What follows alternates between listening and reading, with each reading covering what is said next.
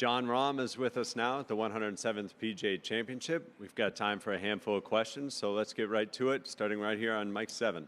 Hi, Jon. Well played. You must be very happy. Tell us how you reflect on where you are right now going into the fourth round. And I sense you're really hungry for another major title. Tell us just how hungry. Hard to express how hungry I may be for a major, right? I think about as hungry as anybody can be in this situation. Very happy to be in position again. Don't know where I'll be. I'm assuming I'll be at least one shot back starting tomorrow, but that's a great position, right? This golf course is tricky, and one shot is nothing on 18 holes. So I'm very happy with the state of my game. I think today was the round that I know I was capable of. Those first two rounds. Felt very confident and just did everything a little bit better. So just very excited again to be in this position and looking forward to hopefully having a good Sunday tomorrow. How do you feel you've evolved both as a golfer and a player over the last 3 or 4 years? Well, we go back 4 years. We go from 0 majors to 2, so the experience does help, having been in that situation. It's hard to say exactly because I could come up with so many things of why I think I'm better. But I would say that the main one being that just haven't been there and haven't done it, right? It's obviously the biggest difference from 4 years ago to now. Mic 8, please. Jon, I think this is your best round in a major since you joined LIV. Certainly the best position you've been in going into a Sunday. Has it been a process to get to this point? And also, do you feel a bit vindicated given, a lot of people suggested that move might hamper your ability to sort of be in these positions in these 4 tournaments? I mean, me going to LIV and playing Worlds and majors had nothing to do with where I was playing golf. My swing was simply not at the level it had to be for me to compete. It's easier to post a score in non-major championship courses and venues. And I think when you get to the biggest stages like this one and these courses, those flaws are going to get exposed, right? And it did. There's been weeks where I was able to play better, like the Open last year. The Masters, obviously, wasn't a good start, but it got better as the week was on, and I'm still working and trying to get my swing to a better spot. But I would say even 2023, after winning the Masters, I did not play good at all until the Ryder Cup, right? So it's easy. I think the problems began earlier than people think. But I'm now getting closer to a position of being comfortable. I think this week so far and this round has been a show of it. Up to James on 12. Jon, you spent a lot of time in contention this year, but I'm just wondering, what's different about the final round at a major from a preparation standpoint or a competitive standpoint? In theory, nothing. In theory, nothing. I don't think my process would change. My routine would change at all. I would do exactly the same thing for an event here, for a regular LIV event, for a regular PGA Tour event, DP World Tour event. The process, the routine doesn't change. The main difference is the stage, right? We're all aware what we're here for and what's at the end and what's at stake. That's the main difference. And then we hear from a lot of guys that sort of approach a final round differently. Some will look at the leaderboard, they'll pay attention to the other guys in the field. Some will sort of focus in on their own game. I'm just wondering where you fall on that. No, I like looking at the leaderboard from day 1, 2, 3, and 4. I mean, it helps to know where you're at. But to be fair, in major championships, usually the crowd will tell you what's going on. So as long as you know where you are and how far certain players are, you're going to know what's going on and what's happening. You don't really need that much help from the leaderboard. But yeah, I mean, I like to know. Maybe not so much on that front 9 on the first 10, 11, 12 holes, but going down the stretch, there's some holes where knowing your position does help maybe make certain decisions. Got time for a few more. Let's go 14, 10, and then Juan. Jon, you mentioned that experience winning major championships over the last few years. How can that experience help you in the moment tomorrow?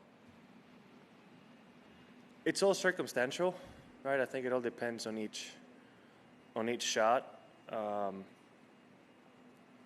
I think the main difference might be going possibly tonight and tomorrow morning, just kind of knowing what to expect and what you're going to be feeling, right? I think that might be the biggest advantage. And when you're playing, you still have to obviously follow the process and play your best golf. And there might be moments here and there that might help you if you've had that experience before, but it would have to be certain situations, certain shots, depends on the hole, right? It's hard to say in general what to help with. Shane? John, on a more lighthearted note, the guy in 11, for somebody who got plunked in the head, he took it like a champ. I mean, that's that guy. Did you chat with him a little bit? It looked like, and are you impressed? I did. I'm very impressed. I must say, I'm very impressed because after I hit it and we saw the ball bounce out, which I haven't seen a ball ricochet like that in a while. I mean, if it was a driver, you would expect it for a 6-iron. I mean, that thing came in sideways quick. So I told Adam, well, get the Sharpie ready because I'm going to have to give him something, like a signed glove. And his response was, that may not be enough. And I'm like, I don't know what else you want me to give him because, right, and we're kind of sort of things between golf clubs and golf balls. And I don't think a glove and a tee is going to cut it. So, but he took it great. I told him, I mean, if he was European and grew up playing soccer, football, if he just aimed a little bit better, just maybe get it closer to the hole. But besides that, I mean, he definitely, it's a weird moment. Sometimes when that happens and they're not hurt, they're so excited because they know we're going to go there and just have a 5-minute conversation. And yeah, he took it great and he was a great sport about it. On a more serious note, Matt Fitzpatrick was in here yesterday, and he said that being in contention at a major starts to feel real to him on the second night on Saturday. And I know it's like today that's when you kind of kicked it into gear. Do you agree with that? Did you feel a little more juice all of a sudden when you're on that back nine, and do things feel a little bit more real? Yeah.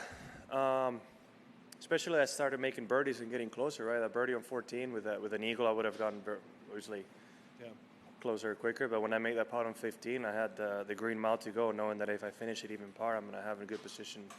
I'm going to be in good position going to tomorrow. Maybe not the whole back nine, because before the birdie on 10, I was 4 under. So at that point, I was still 4 back. There's a lot of golf to play, so not really thinking about it. But maybe not the whole back nine, but the last four holes for sure. Did it feel good? Yeah, it feels great. Yeah. You get a little bit of a taste of what tomorrow may be like, right? Obviously, tomorrow being a little bit more intensified, but it was a lot of fun to be there again, and it was a lot of fun to play those holes great and finish strong. John, no es la primera vez que sacas tu mejor juego en un día con las condiciones más difíciles, ¿no? Entonces, cuenta un poco cómo has lidiado con el viento y los mejores putts o los mejores birdies del día, ¿no?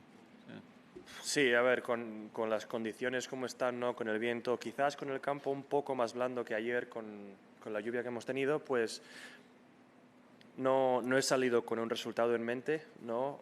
No suelo hacer eso, pero sí sabiendo que pues, si haces hoy 2-3 bajo, que me hubiese puesto en buenas condiciones de cara a mañana, ¿no? Y he empezado también 2 menos en 3 hoyos,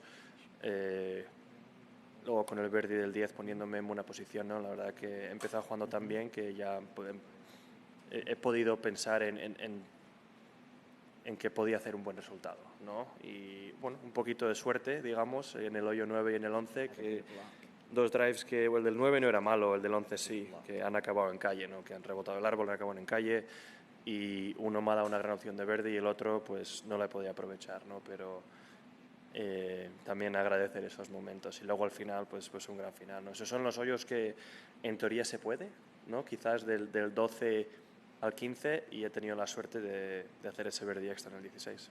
Te pregunto si te recuerdas esto un poco a otros grandes donde has estado en la pelea, algo Torrey Pines, por ejemplo. Sí, no, habrá cosas que me recuerdan y cosas que no. Todo depende de cómo termine el día, ¿no? En Torrey que empecé a 3 del líder, ¿no? Tuve un gran domingo.